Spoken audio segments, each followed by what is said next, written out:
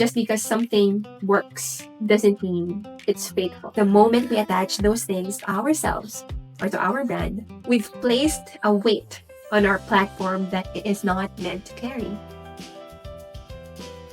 Meron ba kayong napansing kakaiba sa marketing these days? I've been thinking about that.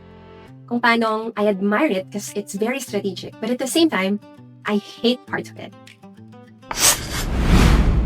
The world has gotten so good at selling that now you won't even see the product, diba? Or the service, but rather what you see being communicated are promises. Time freedom, financial freedom, presence with your family, being able to do the things that you want, rest, a life that feels like it's finally working. So if you look closely, you'll notice that most people aren't even selling products or services anymore, but the lifestyle around it. And it's wise. It's a good strategy. It taps within the inner psychology of us human beings, human nature. So nag-move na tayo from here's the product, here's what it does, to this is who you could become. You can become a goddess.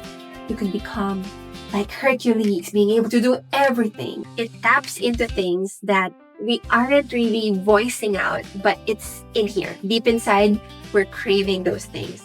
We dream of those things. Yung pagod araw-araw, the quiet fear of feeling like you're left behind, the desire to matter, to be significant, the longing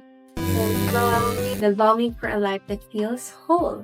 And as creatives, especially creatives of faith, we are not immune to this. I myself dream of those things. I want time freedom, financial freedom, the ability to do the things that I feel called to do or the things that I want and I'm naturally gifted at. If you are a Christian creative, there is a layer to it that is added, and that's what I wanted to talk about today.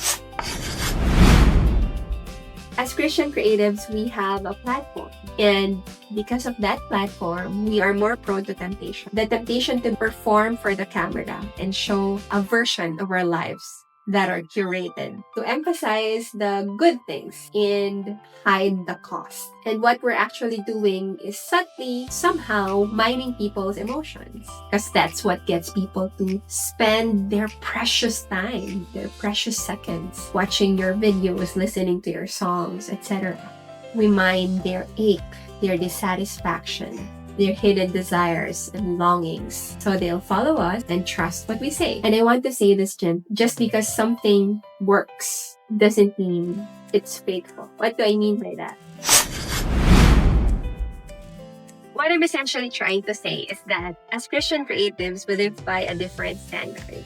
We are creating for an audience of one. And so what will matter more is not how the public will receive us, how God looks at what we're doing. Is He delighted that we're showing up for ourselves? Because what is our intention?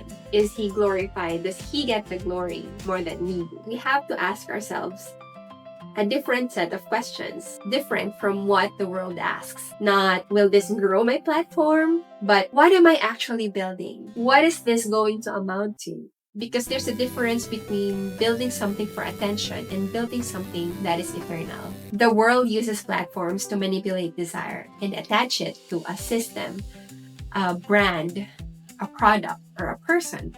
But faithful creatives are called to do something else.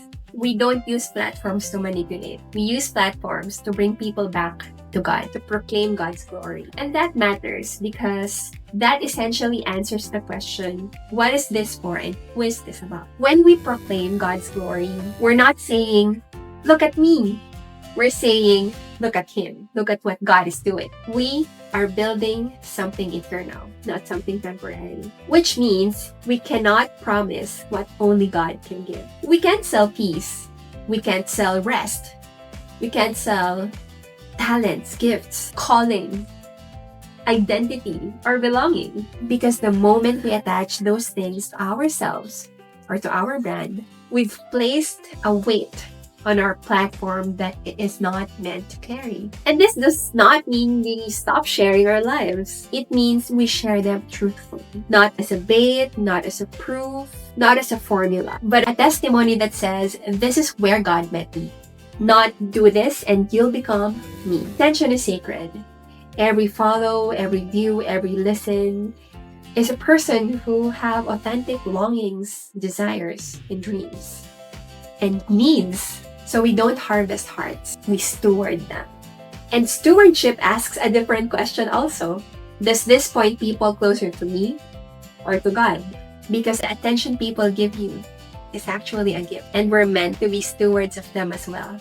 They are blessings, especially if you are a content creator. So if you've ever felt uneasy about growth tactics, or if you've ever felt pressured into performing or exaggerating, that might just be the Holy Spirit guiding you, nudging you to a different direction. But here's our motivation. Faithfulness always looks slower, quieter, less impressive than the world's standards. But what it builds lasts. So if God has given you influence, whether it's 10 people or 10,000, use it well. Not to be admired, not to be envied, but to give God the glory. Because we're not just content creators, we're witnesses.